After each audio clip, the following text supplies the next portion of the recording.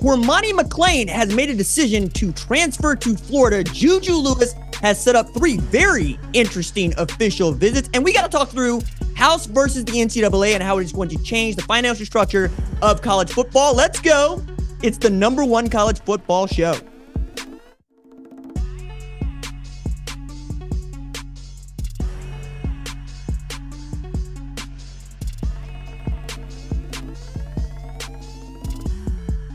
What's up, kid folk? Welcome to the #1 college football show. I am your host, RJ Young. Thank you for watching on the Fox Sports app, YouTube, or listening wherever you get your podcast. Today on the show, we got to talk about Cormani McClain. We got to talk about JuJu Lewis. We got to talk about recruiting. And I want to dig into just what the House versus NCAA settlement means for us. But also, I love the wonky parts of this, and I promise to make this fun. But first, I want to start with college football playoff expanding to 12 teams, and we really need to talk about this in some level of detail so that everybody's on the good foot when we start playing football on August 24th, which seems like it's around the corner for some of y'all, but some of y'all ain't been doing college football in the offseason for the last, 5 months. That's been yours truly. All right, so #1 here, the same 13-member college football playoff selection committee as we had last year. I don't think they're going to leave out an undefeated Florida State this year. Florida State should run the table, right? Because we got 12 teams here. But interestingly enough, they wouldn't be allowed to, because the ACC champ is probably going to get in, because the 5 highest ranked conference champions plus 7 highest ranked teams will make up the 12-team field. And there's no minimum ranking that is needed for a conference champion. I'll get to that in just a minute. But what this really means is that our Power 4 conferences, the Big 10, the Big 12, the ACC, and the SEC are all going to probably get their, will get their conference champions in. That's just how we're going to make the sport work, because, well, haves and have-nots is something that kind of becoming a trend. Well, it's not kind of becoming a trend. It's always been a trend in college football. We're just recognizing it for the first time in 2024. What I think is interesting about the 5 highest ranked conference champions and the 7 highest ranked after that is seeding. So just because you are a high-ranked team does not mean you will have a high-ranked seed, right? So ranking is not seeding. For the purposes of example, Ohio State plays Michigan in the Big 10 championship, okay? Ohio State's ranked #1. Michigan is ranked #2. If Ohio State beats Michigan, the best that Michigan could hope for in a college football playoff would be #5 in the seeding, because they would be ranked behind other conference champions. So conference championships absolutely, positively matter, which is great, because it felt like some of the independents were getting the slide on actually having to put it on the line to play for a championship. And the college football playoff format is ensuring that if you play for a conference championship and you win, we're going to give you the credit for having won your league title. It also means that independents ain't going to be top 4 seeds. Top 5 seeds. Ain't gonna happen. People like Notre Dame in an open marriage with the ACC need to either get hitched or kick rocks. And best you could do is be one of those highest ranked 7 seeds, right? I'm sure Notre Dame is fine with this, because Notre Dame is always fine with this, because Notre Dame is cool about the open marriage thing. Kind of strange, given it's a Catholic school, but they're cool with it. So we're gonna have to acknowledge that they're cool with it, along with other places that may be independent, so like Oregon State and Washington State, for the purposes of this discussion, as they're not really affiliated, they have the same open marriage with the Mountain West that the Notre Dame has with the ACC. Again, I think this is as it should be. You play in a conference, you should get the benefit of playing in that conference. And if you don't play in a conference, we're going to treat you like single life. That's what we do, right? Some of us, we get married. Some of y'all stay single and you want to be riding out there, but we're going to take it out of your taxes. This is Notre Dame's tax, right? Some of y'all understand this, some of y'all don't. All right. I also think it's important to point out that we're going to have a month of playoffs. I don't think this has really gotten hold to anybody yet, but we're going to start the playoffs on December 20th. It's Friday. We're going to play the national championship game on January 20th at Mercedes-Benz Stadium in Atlanta. That's really cool, because that means we got all the New Year's, all of Christmas to talk about college football actually being meaningful, as opposed to you kind of turn on your bowl game, you kind of don't. Just depends. Everybody tunes in for the national championship game, but I'm curious to see how this does for us as fans as we are watching these games play out both on television and, crucially, at home. Now, What's also interesting and cool about this is the buys are going to be awarded to those top seeds. We understand that. But we're going to have the first round played at homes of the higher seeds. So we're actually going to have skin in the game and really be playing for these bubble positions in November that you could be hosting a college football playoff game in the first round if you are one of those middle seeds, right? This is also cool because Alabama's already planning for this. I don't know how to take this into account, but I'm just going to lay this out here. Alabama's spring game was played on a field that looked crappy. And the reason the field looked crappy is because they are refreshing the field so that the field is in condition to be played on should they host a first round playoff game in December because, well, they haven't played December football games in Alabama. And I think that's really fascinating and interesting. Also kind of leads back to some of us have already gone to the artificial turf for this reason. However, if you're Alabama, you're thinking maybe you won't have to use this, but just in case, we want to be prepared for this.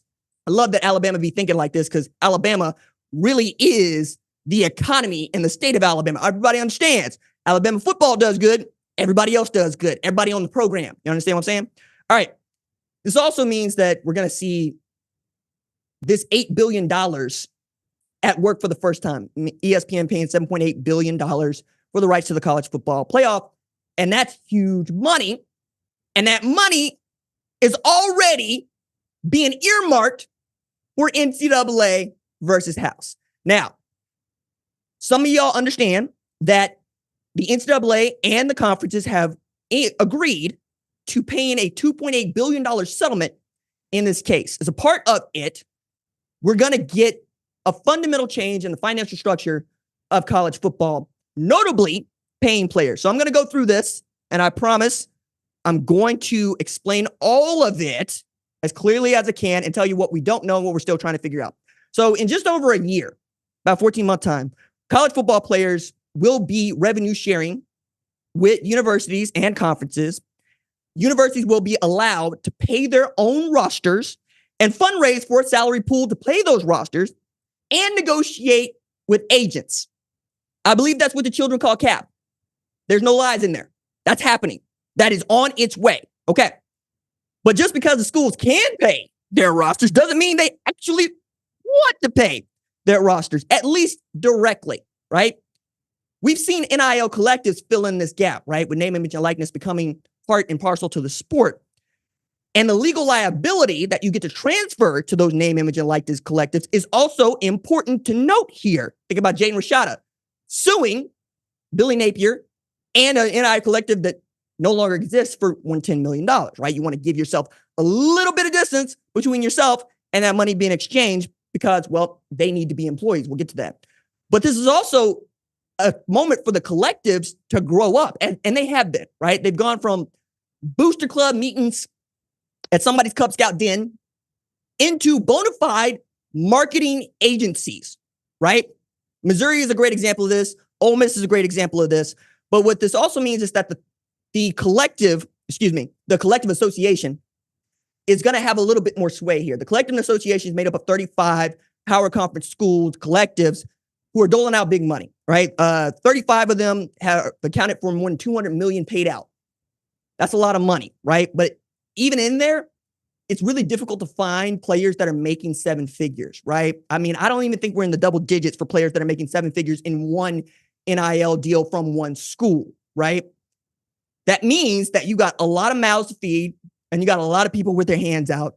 And not everybody in the athletic department has time to run this stuff down. And there are people that are making money as agents and as go-betweens facilitating these deals. But one other reason that this is important is collectives present, at least inside of the House versus NCAA, a workaround for Title IX. I'm going to get to this. Now, the workaround in the lawsuit is not a workaround for the Department of Justice, okay? Title IX is remarkably tight, and it doesn't care about fair market. It only cares about discrimination. This is the reason why it's going to be difficult to pay a football player more than, say, a women's basketball player. Now, the natural question to ask on this is, how come we can pay a football coach more than we pay a women's basketball coach? And the answer is quite clear. They are employees of the university. Okay? This is not something that universities want for their players. They do not want to employ them.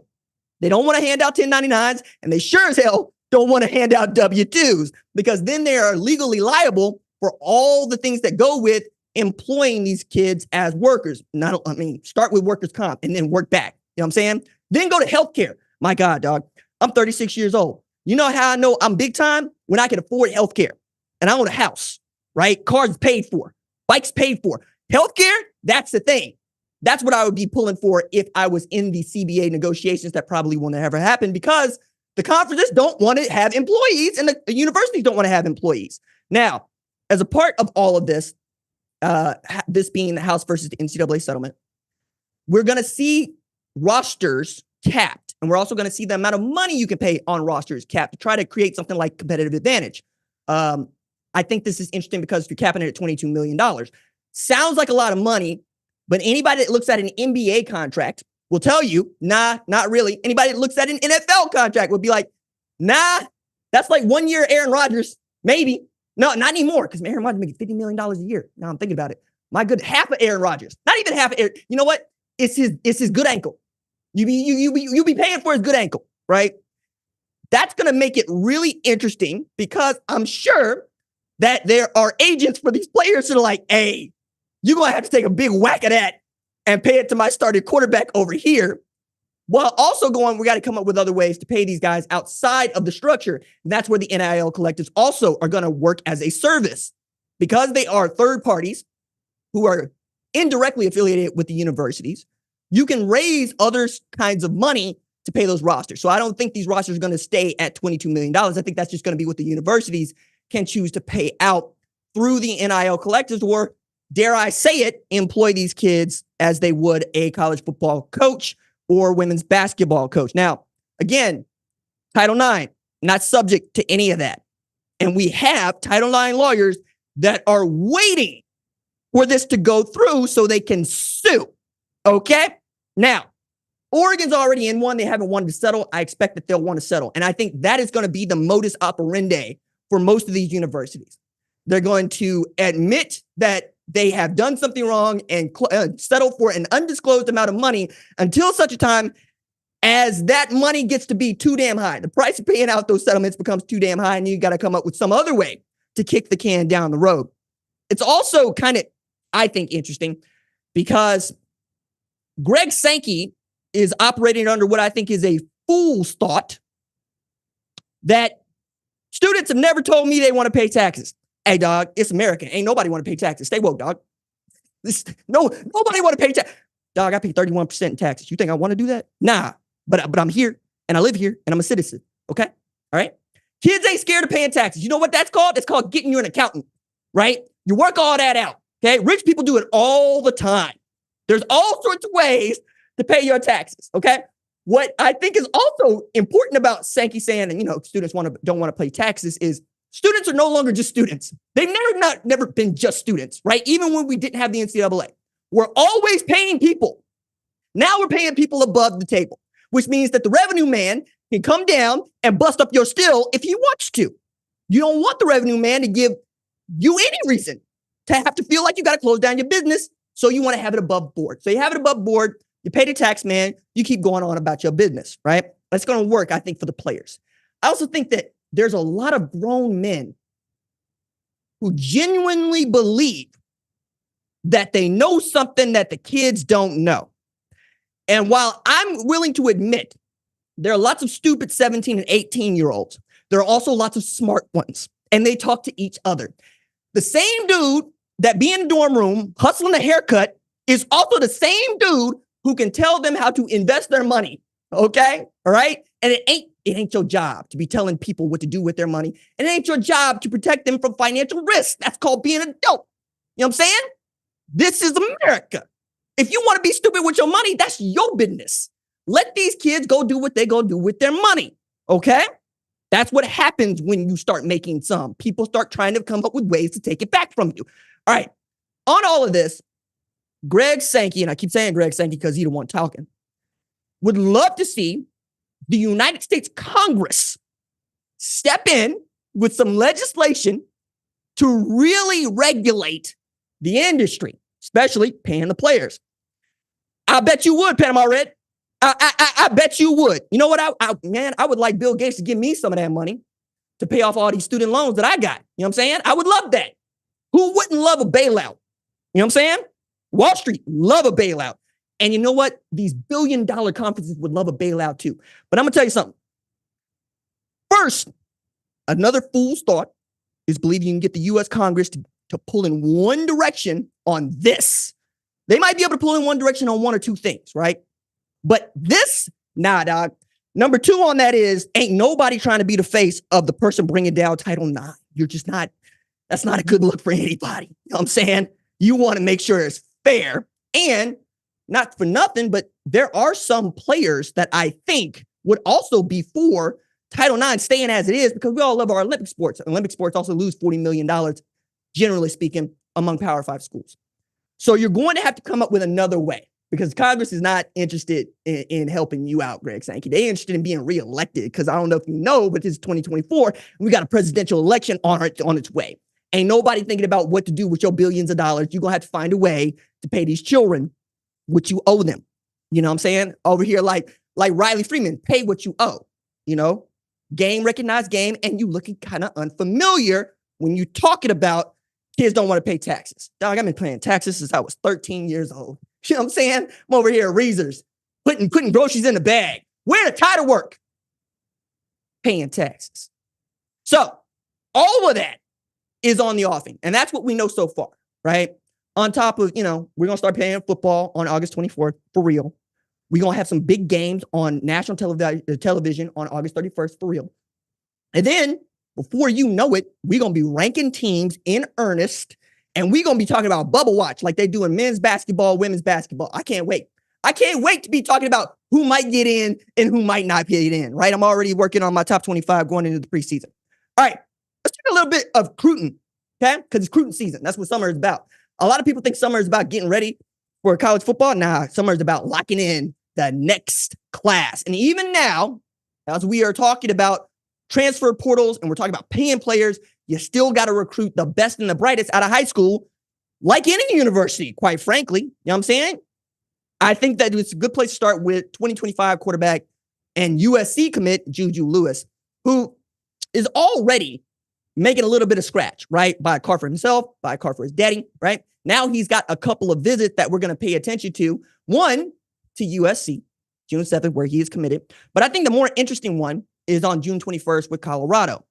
Now, thing that is really interesting about that is, first and foremost, I think JuJu Lewis should take all of his visits. I don't think anybody begrudges him that.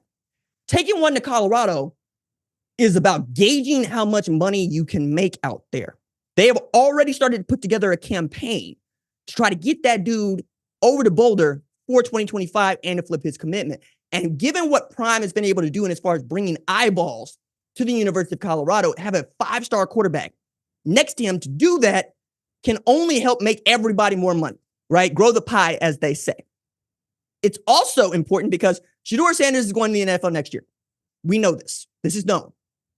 We also have folks that believe that Coach Prime ain't got no reason to stay at Colorado once Shedeur Sanders and Shiloh Sanders are gone to the NFL.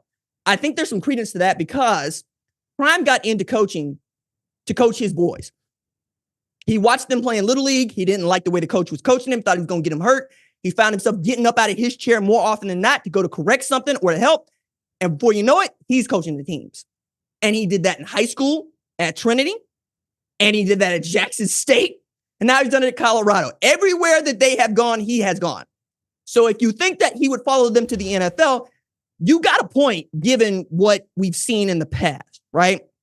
I think that a JuJu Lewis could help put down all of that and be like, no. He has a 5-star quarterback coming in as an heir apparent to Shedeur, who has the goods to play right away. Now, the goods is also debatable depending on who you want to talk to, because from a recruiting standpoint, the only thing that is 5-star about him, his superpower, I should say, is his touch. JuJu Lewis can put a ball wherever he wants to. He can throw it over the top of coverages. He can drop it in the bucket. He is slight, though. So he's not elite in build, 6'1", 185. Okay. He also ain't the fastest dude in the world. So he ain't going to outrun people like, say, Malik Hornsby can outrun people, to use another dude that plays quarterback and is fast. You know what I'm saying? He doesn't have elite awareness outside of the pocket, but he gets the ball out of his hands quickly. There's a reason why 5 stars next to him, but I'm telling you, the reason you would want him is because he's going to be accurate with the ball, which is what Shedeur is. If you give Shedeur time, he's going to pick you apart. He's a good enough quarterback, right? What you can't really help is the offensive line. So given what JuJu might think he can make as a Colorado quarterback, what the offensive line can do in 2024 is going to have more to do that. Say what you want about Lincoln Riley, and we do. Lincoln Riley will put an offensive line out there that at the very least will give the quarterback an opportunity to win the Heisman Trophy. We know this, right? Did it at Oklahoma, done it at USC. We'll see what Miller Moss does, right? The last thing I think is important about JuJu Lewis taking a visit to Colorado is just another way for which Colorado is winning. Colorado went 4-8 in 2023. Again, had mass exodus in the transfer portal. Had some dudes come in, but it was basically 1 for 1, right? I don't think the roster got that much better. I think the roster is about the same. Now, continuity might actually force them to be better, but they're going into a new league where they know some people, Arizona, Arizona State, Utah, and they don't know others that are really good. Kansas, Oklahoma State coming to mind, Texas Tech, West Virginia, right? You're going to have to show. You're going to have to prove. And then your non-conference is not only not sexy, it's hard. You got North Dakota State coming to your house. And I'm here to tell you, that's a flipped coin for me, dog. They're good enough to beat them. Then Nebraska, who's coming on with Tommy White in that defense. Then Colorado State, who gave you the 4.5 now. And Shedeur Sanders need to come up with a 98-yard drive to beat Colorado State. That ain't what you want going into this all-important 12-team playoff where you could be one of these teams that has a spot in that first round of games, and maybe you get to host one, right? It's a lot riding on this for Colorado. And if they get a guy like JuJu Lewis to flip his commitment, let's say before the season start, that's found money. Again, JuJu committed to USC last August. We'll see if that sticks, right? One more thing to note about this as I go talking about Cormani McClain is JuJu Lewis might learn something from Cormani McClain, okay? Cormani McClain has committed to transfer from Colorado to Florida. What's interesting about this is that he was a 5-star cornerback who flipped his commitment from Miami to Colorado, mostly on the strength of being able to play for the greatest defensive back of all time and at a program that many people felt good about, myself included, right? And through the first 3-4 games of the season, we had every right to feel good about them, right? What they did on the road at Texas Christian, who was a ranked opponent, really springboards them into the next place, right? People would say Cormani McClain didn't play that much. Well, he played more than you think. He started 4 games, and he played 9. Now, Prime had his issues with McClain, notably, hey, man, do you know the playbook? Are you attending meetings? Do you show out in practice? Right? It's real simple.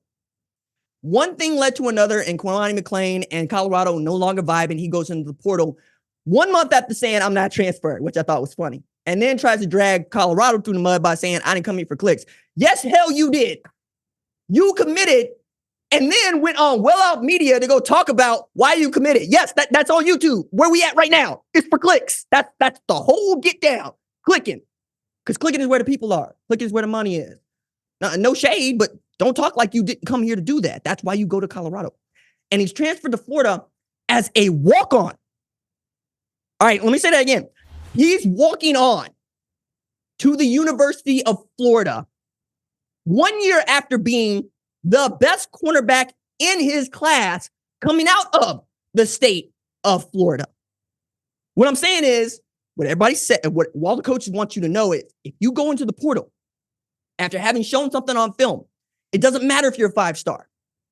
The phone ain't going to be ringing off the hook to try to get you in here. Now, I think NIL is going to pick up the tab for most of the tuition and the room and board for Cormani McClain to go to Gainesville, but that dude from Orlando, right? So he's getting closer to home. It also underscores what Florida is getting. Florida got a distressed asset that they could probably find some way to refresh. They got Jason Marshall out there, who I think is going to be a first-round pick, former 5-star. They're pretty good at the other corner position. And I think given some time, you grow that dude up, he becomes one of your stalwarts in 2025. And you ain't got to give up nothing. Think about this. you're basically getting a first-round draft pick for undrafted free agent money. You take that every step of the way. Now, does it usually work out? No. That's the problem here if you're a Florida fan, right? But you ain't losing nothing. You don't lose a scholarship. You don't lose no money. And you add talent that you can rebuild into something that could be absolutely great, even for the Thorpe Award, if the talent reaches its potential. And that's what Cormani McClain can do. JuJu Lewis might look at this and say, yo, dog, what happens if it doesn't work out? What happens if he shows up and he throws more interceptions than he throws touchdowns? And we think about him the way that we think about Malachi Nelson, who cut bait and ran to Boise State rather than go there and fight with Miller Moss for the starting job. 5-star doesn't mean what it used to, is the point here. 5-star is only as good as you step foot on a football field in the college atmosphere, and then you make good. Everybody ain't Trevor Lawrence. That's everybody ain't Caleb Williams. But if you are Lincoln Riley, that is what I would tell JuJu Lewis. I make Heisman winners. I make first-round draft picks. You need to stick with me. And if he want to go to Colorado, you let him go and go with God, because you're going to try to turn Miller Moss into a Heisman finalist, and I think you could do that.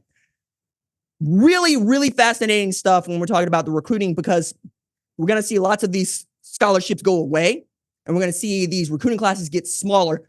One other thing to note here is Colorado has been in the transfer market more than most, okay? It goes without saying that Prime will go into the portal and get a quarterback if he must. That also could lead you back to maybe he doesn't need JuJu Lewis, but he sure as hell would like to have him. And that's where we're at. We're in a nice to have moment, okay? If you got a dude that can play, you pay that dude to play. If you don't have a dude that can play, you send him into the portal, you go bring somebody else that can. This is going both ways, okay? This is going both ways. Last thing I want to hit on here is the commitment of Madden Iamaleava, who went to UCLA, and it really is the second biggest recruit of the Deshaun Foster era, because the biggest recruit is Eric Bieniemy as offensive coordinator, Super Bowl winning champ, you know what I'm saying? National champ as a running back.